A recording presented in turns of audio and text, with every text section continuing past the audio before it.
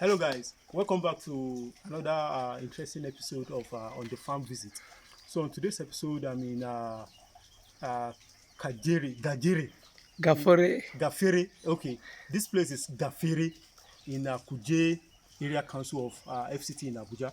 So I came here for a farm evaluation and I'm here. I come across a very young man who is doing well in fish production. So his name is the name of his farm is Olakemi Fish Farm. So he's into the production. He's into the production of fingerlings and juvenile of catfish and tilapia. So we are going to be taking some look at his farm, what he does, how he do it. He share with us a story for people to learn from him, and also he will be giving us some insight for fish farmer how they can make the best out of their business. So you have to watch this video to the end, and I'm very sure you'll be getting so much value from here with me, Mr. So his name is Mr. Olaide Abubakar. So can you tell us briefly about the farm, where you start, and what you are into before we take a look at the farm? At least I've started the farm like 2 years ago on my own. I've been working for people, but now I just start on my own, at least to make sure I can do what I've been doing for people at least. Nice. Just for 2 years ago. So basically you are into Catfish, fingerlings production and juvenile. Juvenile. So you supply farms. Yes. People who wants to do catfish in their farm, or tilapia, or even people who want to do at their backyard. Yes. You supply to them. So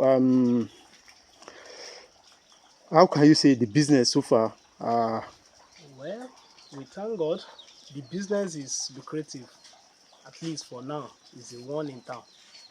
Okay. So what can you say about juvenile, about catfish and tilapia? About catfish, catfish is a very good fish that at least, even if you don't have much experience, you can venture into it. As far you can seek knowledge from people around you. Okay. And it's not something that have high risk. Okay. In terms of just wasting money on it. Once you have observer, you can be someone that at least can you have impact, at least you have intention to do the do the business, and you are observant. And you are observant, because the business totally catfish business needs observation. Good. So that at least we will not be running the business lost. So what about this tilapia? Tilapia also, but catfish is lucrative than tilapia. Okay. Because catfish has demand. Okay. Higher demand in the market because it's more popular. It's more popular. It's just recently tilapia is growing. The demand is growing in the market. Growing in the market, and it's not that it don't have faster growth like the catfish. Okay, now if somebody buy a juvenile, a jumbo juvenile from your farm, it will take that person how many months to reach harvest with proper feeding, under normal environment? Under normal environment with good quality water and quantity, with good feed. Highest 5 months. 5 months. Yes. Okay. What about tilapia? Tilapia from 5 months, 6 months also. Okay. But which one do you consider, as an expert, which one do you consider as more risky, more demanding in time, and more demanding in capital to feed and to before you reach harvest? Catfish. Catfish is more demanding. It's more demanding. Okay. So it's easier to raise catfish.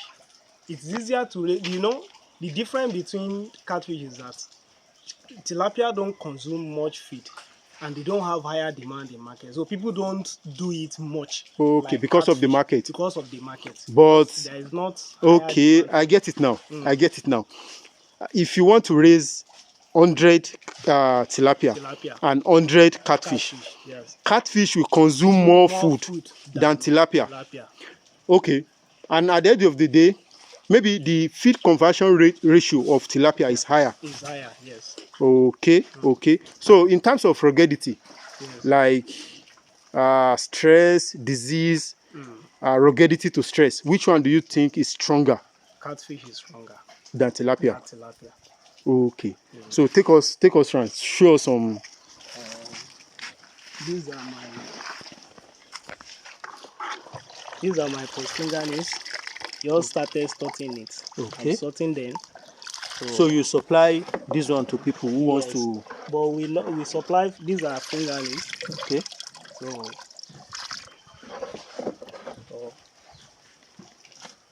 this is my tilapia. So you have ponds here. Yes. Okay. Tilapia. So for people who doesn't know how tilapia looks like. Okay. Let's go to the hatchery. Okay.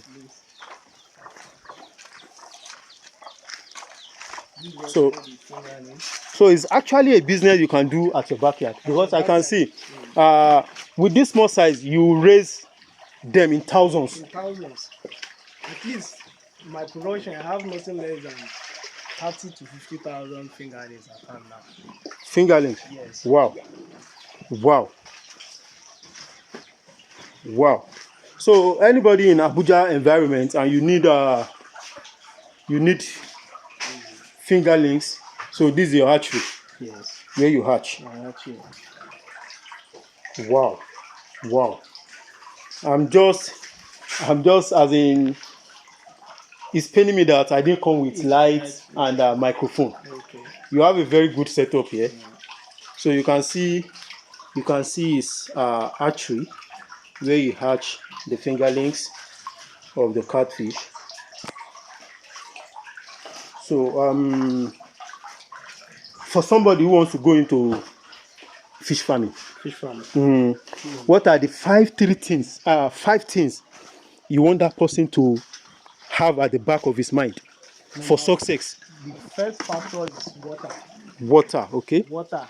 And in terms of water, you need quality and quantity water. Okay. Because catfish production require a large volume of water. Okay. So for the first factor, you have to consider water. Water. A source of water. A source of water.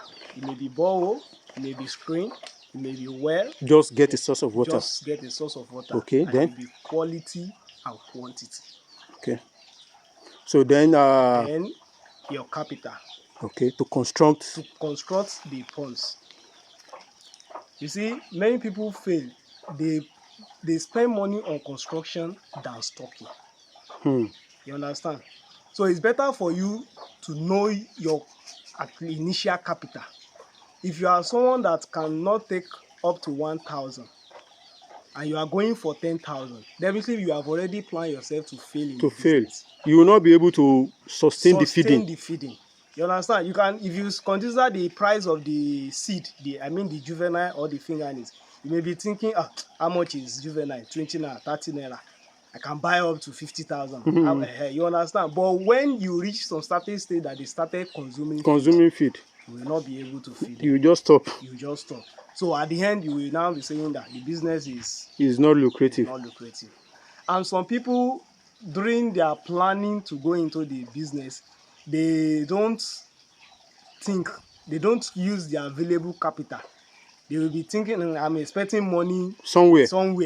And the fish will not wait for you. No, they will not wait for you. They have to eat every day. So you have to prepare. Firstly, you find your water, know about the quantity of the quantity feed they can take, even per day. If you have someone that can put you through, know the quantity they can take per day. That will guide you towards the period you want to stock the fish. You understand?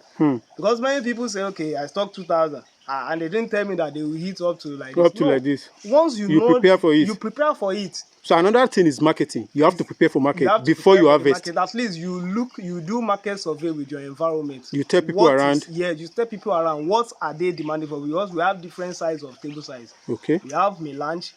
That one is from 200 kg, 300 to 800 kg, okay. 800 gram. 800 gram. Yes, from 200 gram to 800 gram. Then we have 1 kg. But normally for now, the demand of the smokable size is higher than the big ones. Because the big ones is just all these Italy's hotels. Big hotels. Those are the ones that are buying the big ones. So, and I think another problem is for people who are going into fish farming for the first time. Yeah. I used to tell them that if you are going to fish farming for the first time, get a smoking clean Yeah. as a backup. As a backup. So, as a first timer, if it happened that you didn't get market, smoke your fish because you cannot be keeping them. You have to be feeding them. You have to be feeding them because so once harvest. you start to be feeding them, they will be depreciating in They will price. be depreciating. So harvest, and when the market is not there, smoke. Yes. That one will give you some kind of relief. Relief. Then you'll be selling it small. Yeah. So another thing that has been going on, and I know as an expert, you'll be able to provide an answer to this debate. And the debate is between earthen pond and concrete pond. Which is the better, more? Okay, so you can see the tilapia. So I can even see. Okay, you mix the tilapia yes. and the with catfish. Okay, nice. So talking about the concrete pond, some people are of the opinion that earthen pond is better, concrete pond is better, this and that. What are the advantages and disadvantages of each of them? As an expert, advantage of concrete pond is that you will be able to manage disease control. At least you can control disease to a very large extent. Maybe the water is polluted, you can easily change their water and treat them. Okay. But in terms of earthen pond, though you can do that also, but it's labor intensive. Okay. You understand? So it's labor intensive. The only thing, the advantage of earthen pond is this, that you not require changing of water frequently like concrete. So you don't need much stress of changing of water, this and that. And they grow faster. In earthen pond, look like their natural environment. Yes. Okay. So that's just it. But the risk, what are the risks? The risk of flooding.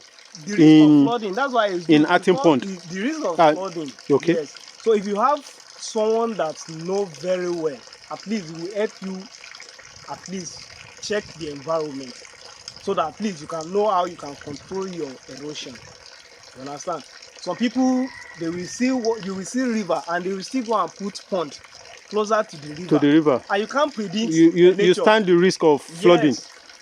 You can't predict nature. You may say rain will not be much this year, and you are not in control of rain. So concerning the cost of construction, which one do you think is cheaper? Earthen pond is cheaper to construct.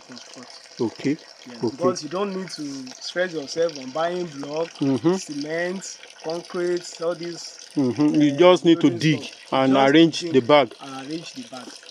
Nice. Even in some area, you have good soil. You don't need to bag them. I understand. So you started your journey so far. You say you started 2 years ago. 2 years ago. And how can you say your progress so far?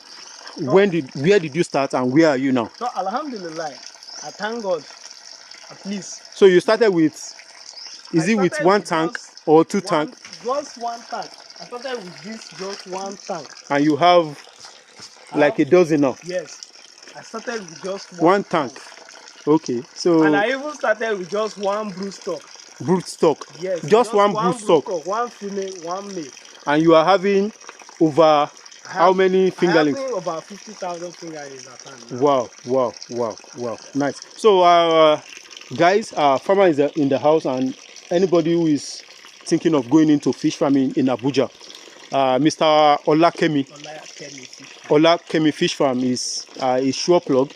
It's located in Gafere, in Kuje area council. He's doing well. It's a small business, but he's doing well.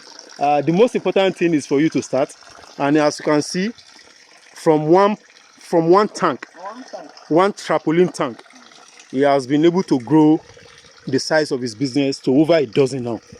And you can see, and I pray God will continue to bless the business. I can see some big fish here. These are the brood stock. Okay, the brook stock. Yes. These are the parent stock that we used to produce. Yeah.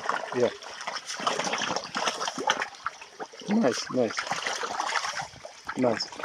So when I was in school, because I studied Agric, so we did the practical, the brood stock, where you have to remove the sperm sac and you put the egg out and you pour the.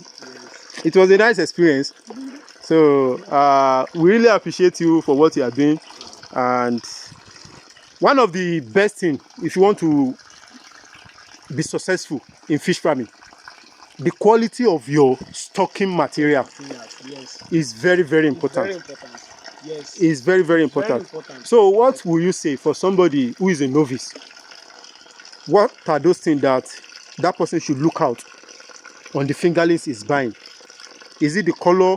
Is it the activity?